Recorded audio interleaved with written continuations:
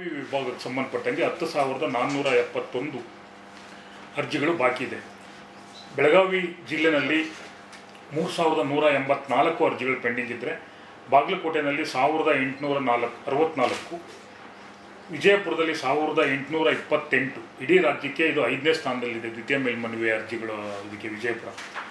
ಅದು ಬಿಟ್ಟರೆ ಧಾರವಾಡಕ್ಕೆ 1,488, ಹಾವೇರಿ 962, ಗದಗ 613, ಉತ್ತರ ಕನ್ನಡ 532. ಒಟ್ಟು ಬೆಳಗಾವಿ ವಿಭಾಗದಲ್ಲಿ 10,471 ಅರ್ಜಿಗಳು ವಿಲೇವಾರಿ ಬಾಕಿ ಇದೆ. ಪ್ರತಿ ಪುಟಕ್ಕೂ ₹2 ಆಗುತ್ತೆ, ಎಷ್ಟು ಪುಟ ಇದೆ ಅಂತ ಕಳಿಸ್ಬೇಕು. ಆವಾಗ ಅರ್ಜಿದಾರ ಬೇಕಾದರೆ ಬಂದು ಮಾಹಿತಿ ದುಡ್ಡು ಕಟ್ಟಿ ತಗೋಬೋದು. ಇದಿಷ್ಟು ಅವ್ರದ್ದು. ಒಟ್ಟಿನಲ್ಲಿ ಅವರು ಒಂದು ಹಿಂಬಾರ ಕೊಡಬೇಕು, ಸ್ಪಷ್ಟವಾಗಿ ನಿಖರವಾಗಿ. ಅಂದರೆ ಏನಂತ ಇದು ಯಾವುದೇ ಒಂದು ಹಿಂಬಾರ ಕೊಡಬೇಕಾದ್ರೂ ಸ್ಪಷ್ಟವಾಗಿರಬೇಕು, ಅದಕ್ಕೆ ಕಾರಣ ಇರಬೇಕು. ಒಂದು ವೈಯಕ್ತಿಕ ಮಾಹಿತಿ ಕೇಳಿದ್ರು ಸಹ ಅದಕ್ಕೆ ಒಂದು ಕಾರಣ ಕೊಟ್ಟು ಈ ಕಾರಣಕ್ಕೆ ಕೊಡೋಕ್ಕೆ ಬರಲ್ಲ ಅಂತೇಳಿ ಬರಿಬೇಕು. ಕೆಲವೊಂದು ಆಫೀಸರ್ಸ್ ಮೇಲೆ ಇನ್ವೆಸ್ಟಿಗೇಷನ್ ನಡೀತಿರುತ್ತೆ, ಅದು ಇನ್ವೆಸ್ಟಿಗೇಷನ್ಗೆ ತೊಂದರೆ ಆಗುತ್ತೆ ಮಾಹಿತಿ ಕೊಟ್ಟರೆ, ಅಂದರೆ ಯಾವ ರೀತಿ ತೊಂದರೆ ಆಗುತ್ತೆ ಅಂತ ಮಾಹಿತಿ ಕೊಡಬೇಕಾಗುತ್ತೆ. ಆಯ್ತು, ಹಿಂಬಾರ ಸ್ಪಷ್ಟವಾಗಿ ಹಿಂಬಾರ ಕೊಟ್ಟರೆ ಅವ್ರ ಮೇಲೆ ಯಾವುದೇ ಕ್ರಮ ಜರುಗಿಸೋದಿಲ್ಲ. ಮುಗಿಸಿದ ನಂತರ ಹೈಕೋರ್ಟ್ನ ತೀರ್ಪಿನಲ್ಲಿ ನಮಗಿದ್ದಂಥದ್ದು ಇಬ್ಬರ ಬಗ್ಗೆ ಮಾತ್ರ.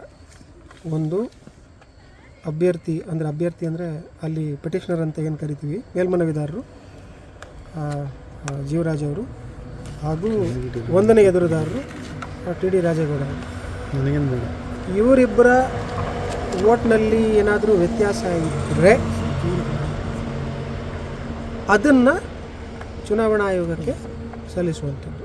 ಇಷ್ಟೇ ನಮಗಿದ್ದಿದ್ದು. ಸೊ ಹಾಗಾಗಿ ಇವರಿಬ್ಬರ ಮತಗಳಲ್ಲಿ, ಅಂಚೆ ಮತಗಳಲ್ಲಿ ನಾನು 2023ರಲ್ಲಿ ಆದಂತಹ ಮತ ಎಣಿಕೆಯಲ್ಲಿ ಇವರಿಬ್ಬರ ಮತಗಳನ್ನು ಸಂಖ್ಯೆಯನ್ನು ಹೇಳ್ತೇನೆ. 2023ರಲ್ಲಿ ಮೇಲ್ಮನವಿದಾರರಾದಂತಹ ಜೀವರಾಜ್ ಅವರಿಗೆ 692 ಮತಗಳು ಬಿದ್ದಿತ್ತು. ಆವಾಗ ಅದೇ ರೀತಿ 1ನೇ ಎದುರುದಾರರಾದಂತಹ, ನಾನು ಮಾತಾಡ್ತಾ ಇರುವಂಥದ್ದು ಸಂಪೂರ್ಣ ಎಲೆಕ್ಷನ್ ಪೆಟಿಷನ್ ಹೈಕೋರ್ಟಲ್ಲಿ. ಆವಾಗ 1ನೇ ಎದುರುದಾರರಾದಂತಹ TD ರಾಜೇಗೌಡರಿಗೆ 569 ಮತಗಳು ಬಿದ್ದಿತ್ತು.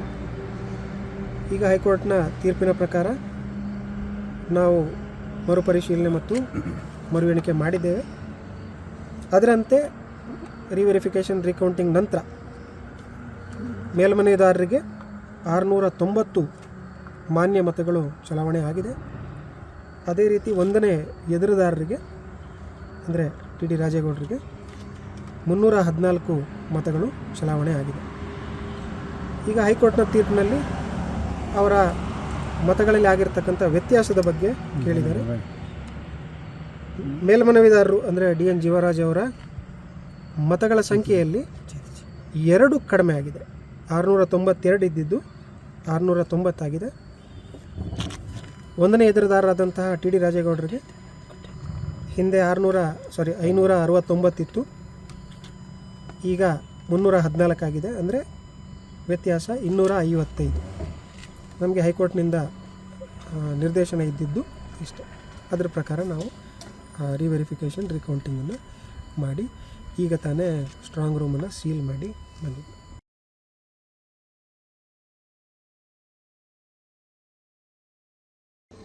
ನಮಗೆ ಬರ್ತಾ ಇರ್ತಕ್ಕಂಥ ಮಾಹಿತಿ ಇಲ್ಲಿ ಅಧಿಕಾರಿಗಳ ಮೇಲೆ ಸಾಕಷ್ಟು ಒತ್ತಡವನ್ನು ಹಾಕುವಂಥ ಕೆಲಸ ಮಾಡ್ತಾ ಇದ್ದಾರೆ. ಚುನಾವಣಾ ಫಲಿತಾಂಶ ಘೋಷಣೆ ಮಾಡಬಾರ್ದು ಅನ್ನೋ ಅಲ್ಲಿವರೆಗೂ ಕೂಡ ಒತ್ತಡವನ್ನು ಹೇರ್ತಾ ಇದ್ದಾರೆ. ಎಲ್ಲೊಂದು ಕಡೆ ಪರಾಭವಗೊಂಡಂಥ ಅಭ್ಯರ್ಥಿ ರಾಜೇಗೌಡರು ಹೈಕೋರ್ಟಿಗೆ ಹೋಗೋದಕ್ಕೆ ಅವ್ರಿಗೆ ಸಮಯವನ್ನು ಕೊಡಬೇಕು ಅನ್ನೋ ಒಂದು ಕುತಂತ್ರವೂ ಕೂಡ ನಡೀತಾ ಇದೆ ಅನ್ನೋದು ಕೂಡ ಕೇಳ್ತಾ ಇದ್ದೇವೆ. ಆದರೆ ನಾನು ತಮ್ಮ ಮೂಲಕ ಅವರೆಲ್ಲರಲ್ಲೂ ಕೂಡ ವಿನಂತಿ ಮಾಡ್ತೇನೆ, ಜನರ ಆಶೀರ್ವಾದದಿಂದ ಗೆದ್ದಿರುವಂತಹ ಜೀವರಾಜ್ ಅವರು ಈಗಾಗಲೇ ಅವ್ರಿಗೆ ಅನ್ಯಾಯ ಆಗಿದೆ. ಕಳೆದ 3 ವರ್ಷ ಅವ್ರ ಶಾಸಕ ಸ್ಥಾನ ಸಿಗದೆ ಅನ್ಯಾಯ ಆಗಿದೆ. ಇನ್ನೂ ಕೂಡ ಅನ್ಯಾಯವನ್ನು ಮುಂದುವರಿಸ್ದೇನೆ ಗೌರವಯುತವಾಗಿ ಜನರ ಆಶೀರ್ವಾದನ, ಜನರ ತೀರ್ಪನ್ನು ಒಪ್ಕೋಬೇಕು. ಅವರಿಗೆ ಮುಂದಿನ 2 ವರ್ಷಗಳ ಕಾಲ ಶಾಸಕರಾಗಿ ಕೆಲಸ ಮಾಡೋದಕ್ಕೆ ಅನುವು ಮಾಡಿಕೊಡ್ಬೇಕು ಅಂತೇಳಿ ತಮ್ಮ ಮುಖೇನ ಅವ್ರಿಗೆ ವಿನಂತಿಯನ್ನು ಕೂಡ ನಾನು ಮಾಡ್ತೀನಿ.